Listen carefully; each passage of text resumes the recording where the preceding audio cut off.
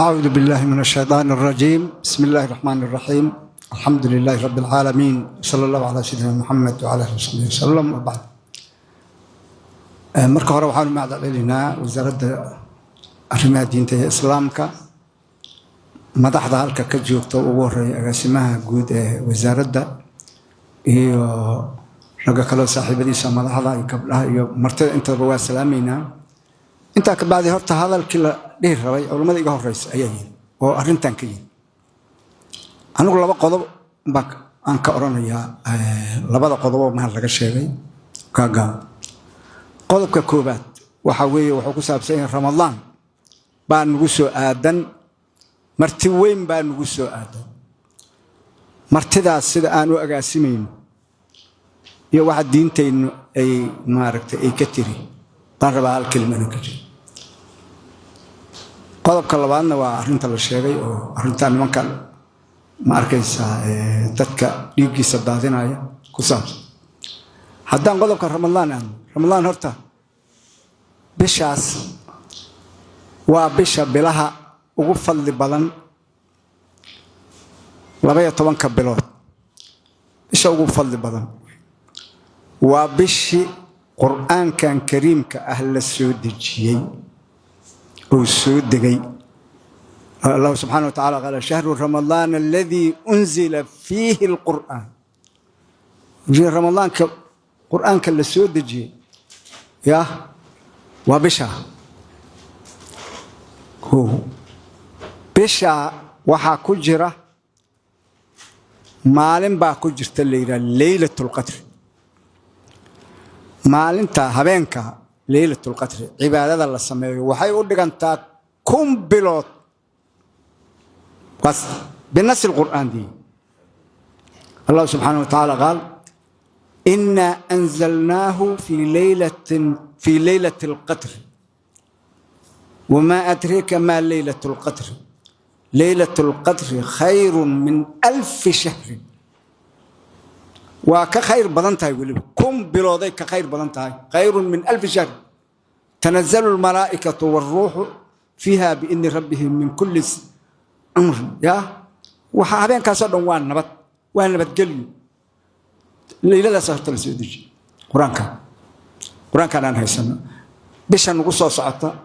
مالين أما الله بكر لمنتها أيينا كل حجرتها قف البو مسلم وعلى قربة إنه كفى إيديست ووقت جاس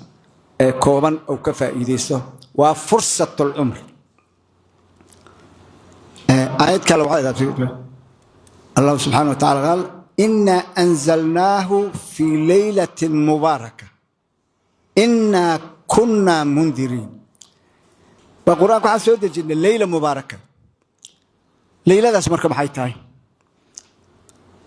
معظم المفسرين ليلة داس إني ليلة القدر تال وشيء مفسرين تقاركوا وهاي كمان إني تهاي النصف من شعبان لكن هذا القول ضعفه كثير من علماء الإسلام. محايا لي ليلة القدر أن سيود الجنة قرآن كبير ليلة القدر أنت يكون جرتها رمضان في ليلة مباركة تواكا وإسلام شاف مركا إن أن ديار قروبنا نبي عليه الصلاة والسلام بالشاس هاد أحاديث كسو أرورتي وأمرت كسو أرورتي لما تركره حادو ترى بدوين لكن كل وحي إشارة سا بالشاس سيد النبي عليه الصلاة والسلام ويقول ديار قروب الصيغة الشخصية حق عبادة وكان يشد المئزر سمرك أهل كيس واتوسينها واتسوغولا عدة خيرك المها إيه هوانك إيه كل واتوسينها طبعا كدن بوليهم مركز سوقش وتوسينها والليلة عجيب له إلهي هنا وافجه عد والباء كفى إيدي سكرت وإن كفى إيدي ستة وفرصة العمر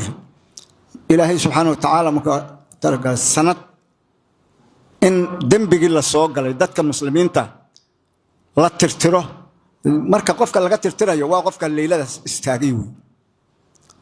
ليلة استاغي هدي الليلة أنا وحواي هبين يكون جرتها مالين كوما جرتو هبين يكون جرتها هبين العبادة يستو يكون جرتها واتي صلاة الليل كوكلا تتجافى جنوبهم عن المضاجع يدعون ربهم خوفا وطمعا ومما رزقناهم ينفقون dadka saas samaynaya marka habeenkii jiifka ma arkaysa ka kacaya maaragtay sariirahooda ka fogaanaya joodaryaalka ka fogaanaya istaagaya ee ilaahay dartiis subhanahu wa ta'ala amal falaya ilaahay subhanahu wa ta'ala wuxuu fala yani marka uu sheegay fala ta'lamu nafsun ma ukhfiya lahum min qurrati ayun ma garanayso nafi ma garanayso waxa loo qarshay oo indhaqabowsi ah dadka habeenkii toosaya salaatul leelka u taagan taraawiixda u taagan waxa u qarsoon nafi ma garan karto ilaahay wax weyn xadiidka ahay عدت للعباد الصالحين ما لا عين رأت ولا أذن سمعت ولا خطر على قلب بشر سدع والعدل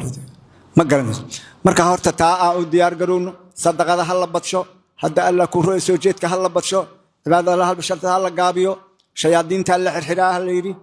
mar bishaas oo ramadaan shayaadiinta waa weyn wala katiinadayha shaydaanki waa ka katiinaysa laakiin kuwa yar yar oo waxaraataha ku jiro oo ma hali laakiin shayaadiinta waa weyn waxa xirxirin wala xirxiraa marka nasiib aan ku gaan ilaahay naga dhigo markaan taas ka soo gudbo qodobkan kale ee dhalinyaradan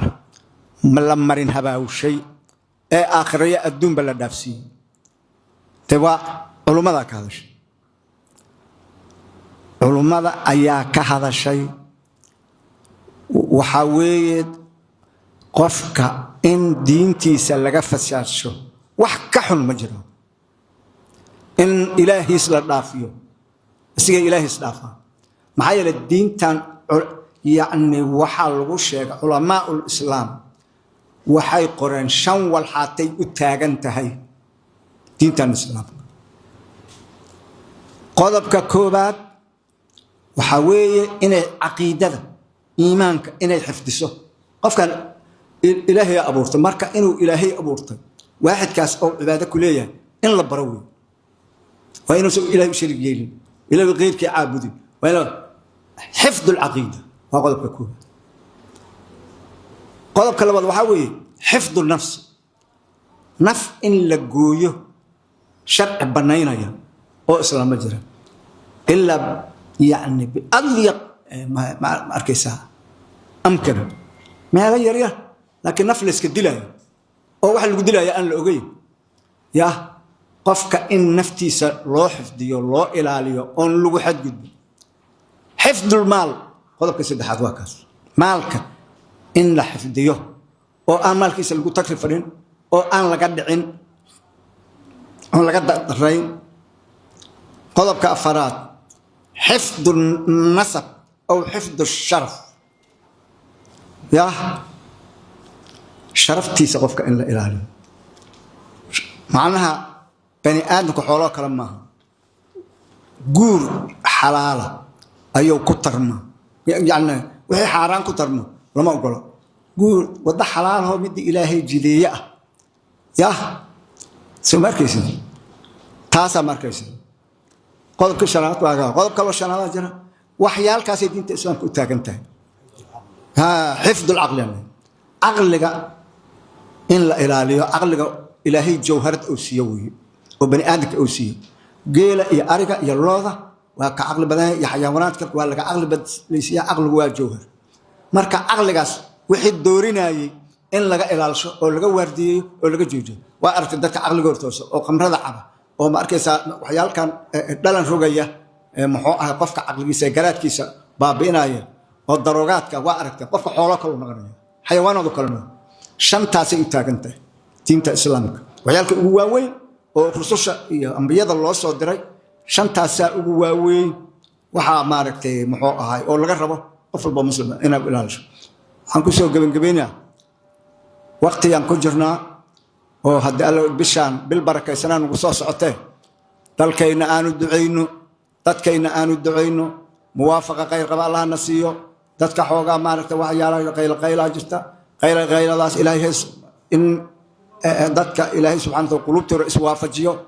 oo bisha bifadlillah subhanahu wa ta'ala wa awnihi dadkayna in ilaahay mideeyo oo waxyaalka yaryaroo ku dhex jira ilaahay ka saaro oo midnaba qaran ay timaado sida la sheegana fursad qaaliya aan haysano fursadaas qaaliya waxaa weeye maantay Soomaaliya on lagu soo dhiiran on saa loo kaalmay jira maanta ummado badan baa u soo jeedo kuwa islaamka ay kow ka yihiin sida la sheegay marka taasna inaan ka faa'iideysano intaasaan ku soo gabagabaynayaa wassalaamu calaykum waraxmatullaahi wabarakaatu